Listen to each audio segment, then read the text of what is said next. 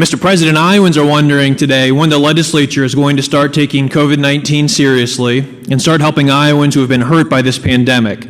Just over a year ago, on March 8th, 2020, Governor Reynolds announced that the first 3 cases of COVID-19 have been detected in Iowa. Over the past year, more than 5,500 Iowans have died of the deadly coronavirus, and there have been more than 350,000 positive cases in our state. This has resulted in an economic and healthcare crisis like our state has never seen before. The fact is, there are fewer Iowans working today than 10 years ago during the midst of the Great Recession. The challenges of affordable housing have never been greater for the people of this state, and this bill will make those problems worse. The good news is that President Biden and congressional Democrats, including Representative Cindy Axne, have passed the American Rescue Plan, which will put our state on the path to recovery despite this bill.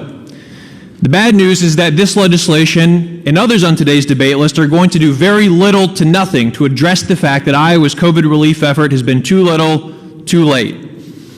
Instead of debating today's laundry list of special interest giveaways, attacks on economic development, and this bill, usurping local control at the expense of affordable housing, we should be debating legislation to help Iowans build back better from this horrible pandemic. That's what Iowans want us to be talking about, legislation that will complement the President's American Rescue Plan and that will help Iowans. We need to continue to defeat COVID-19 by rolling out the vaccine to all Iowans as fast and efficiently as possible.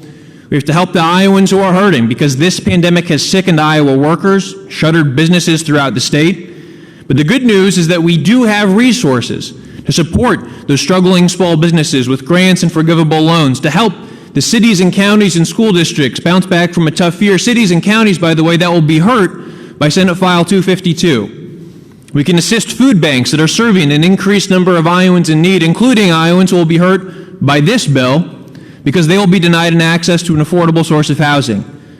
We should pass legislation that will exempt federal unemployment payments from state income tax.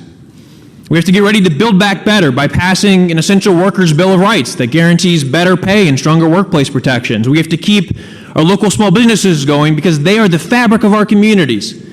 It's good to see that there are a few bills under consideration, although not on today's debate list, that will expand access to affordable child care, that will expand investment in broadband. Mr. President, we have to pass real affordable housing legislation that expands access to homes rather than restriction options for Iowans, which is what Senate File 252 will do.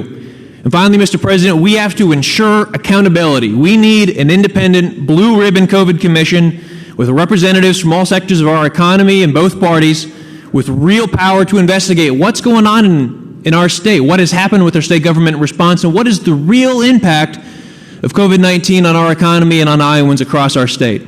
We deserve to know how our hard-earned tax dollars are going and how they're being spent as we recover from this pandemic, and to truly understand the depths of destruction that this pandemic has wrought on our state.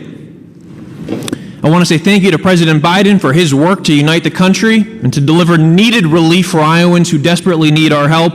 And for all those reasons and more, Mr. President, I oppose Senate File 252, and I ask you all to join me in supporting real COVID relief legislation that will help put money back into the pocketbooks of working Iowans and help our state build back better. Thank you, Mr. President.